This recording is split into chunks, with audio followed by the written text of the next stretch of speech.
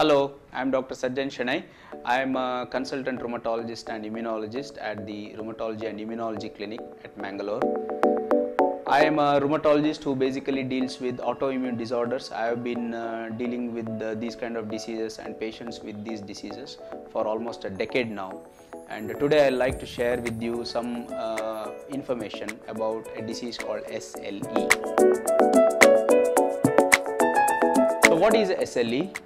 SLE is a short form of a disease known as systemic lupus erythematosis. It is a type of autoimmune disease which is chronic, long-standing disease which can affect different organs of the body and typically occurs in young women.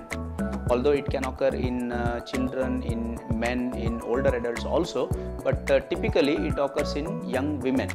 So it's a long-term multi-system disease involving many systems and can be quite lethal also in certain patients. SLE is a very varied disease. It is a very heterogeneous disease in the sense that different patients may manifest different symptoms. So no two SLE patients are similar. So as a result, certain SLE patients may have certain organ system involvement in which case they will have particular symptoms and another set may have different symptoms. So typical symptoms which majority of patients may have include skin rash which may be photosensitive, that is worsening when they are exposed to sunlight. They may also have painful itchy rash. They may have joint pains which is involving the small as well as the large joints of the body which may be swollen, which may have morning stiffness. They may also have hair loss which may be scarring or non-scarring. Scarring is something which leads to discoloration of the skin in the scalp. So other than this, they may also have oral ulcers which are painless or may be painful. So many patients feel it difficult to eat, swallow, drink or even to speak. Some of them may have internal organ involvement which can be very serious. Internal organ involvement in the sense that they may have kidney involvement, in which case they may come with the symptoms of swelling of the legs, swelling of the face and swelling of the stomach, that is abdomen.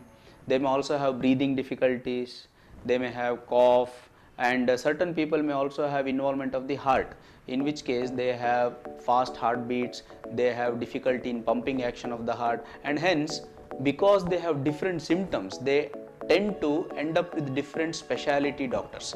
So a person with skin involvement may end up with a dermatologist, somebody with a joint involvement may see an orthopedician, somebody with hair loss may see a dermatologist or somebody else. So it is very important to put together these symptoms and think that this is all due to a single disease which is SLE. SLE is an autoimmune disease and hence unfortunately we do not know the exact reason why SLE develops in patients.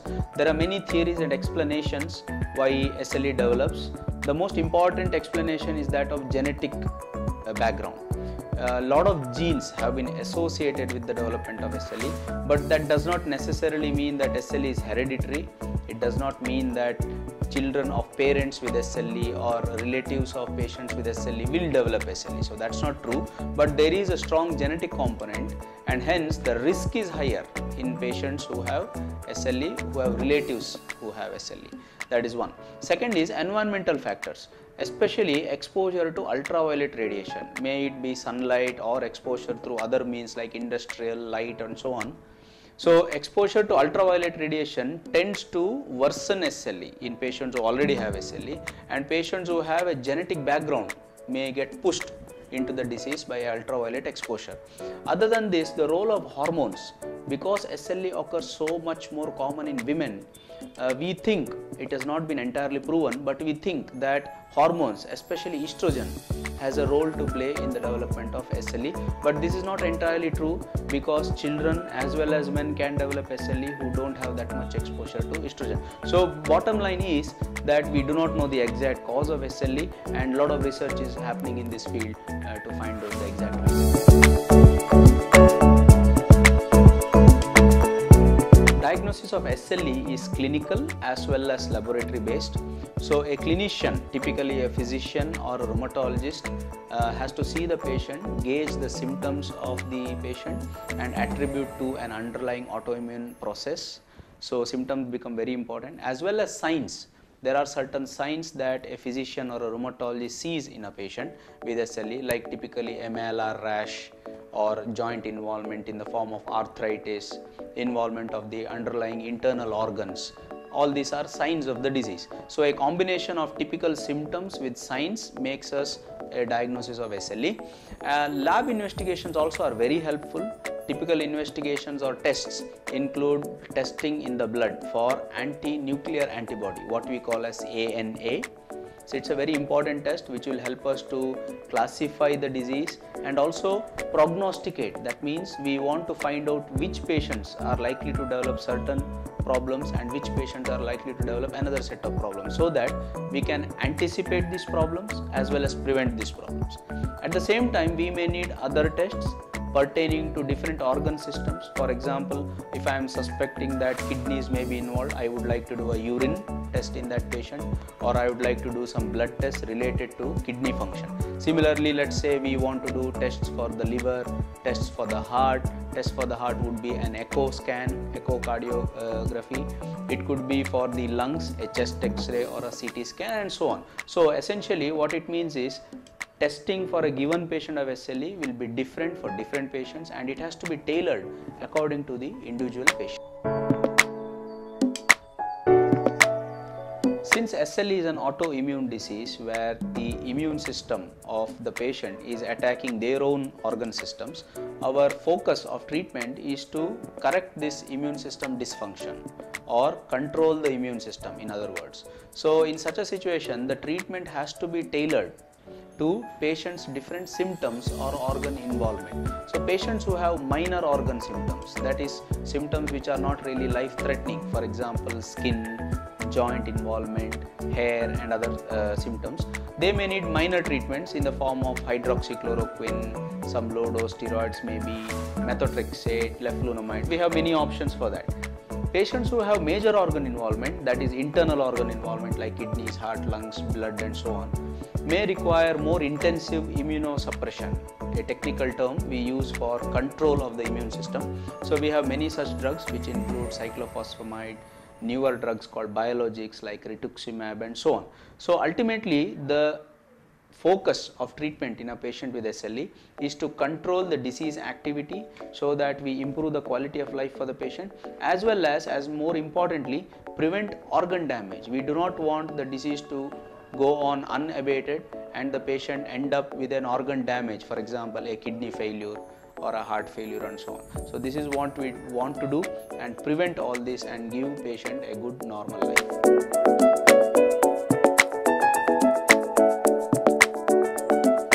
Absolutely, a patient with SLE should be able to lead a normal life provided we detect that this is early and we treat it appropriately and intensively.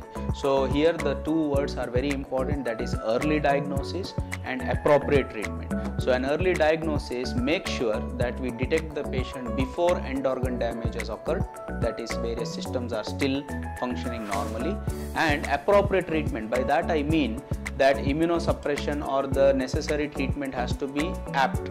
If we allow the disease to progress or control the disease in an inadequate way, that is going to lead to end organ damage, and hence a patient's life cannot become normal after that. So as a result, if early diagnosis and appropriate management has been done, an SLE patient can lead a normal life, perfectly normal life. We have SLE patients who are in different streams of life: doctors, dentists, lawyers, chartered accountants, students, housewives, men who are working out in the field for various professions. So the professional life as well as personal life for them is perfectly normal, other than the fact that they might have to be on certain drugs to control their disease. So they can lead a perfectly normal life with a normal diet and normal recreational life.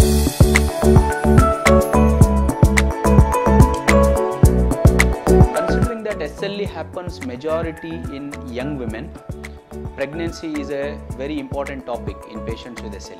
So SLE can affect pregnancy, that's true, But we have to understand that in a patient who has got well controlled SLE, whose SLE is quiet, can absolutely have a normal pregnancy. In fact, we promote our patients that if they really want to plan a pregnancy, we always support them and ask them to go ahead, provided the disease is quiet. So when we say disease is quiet, what we mean is that there should be no symptoms or activity of the disease over the last 1 year. Minimum of 6 months, but preferably 1 year. So if they have a quiet disease for 6 months to 1 year, they can plan a pregnancy. There should not be a problem. But in the presence of active disease, there can be multiple problems. SLE can worsen during the period of pregnancy, which makes it very difficult for us to control the disease, because we cannot give a lot of drugs during pregnancy, so that becomes a problem. And the other way around, that is, SLE can affect the pregnancy.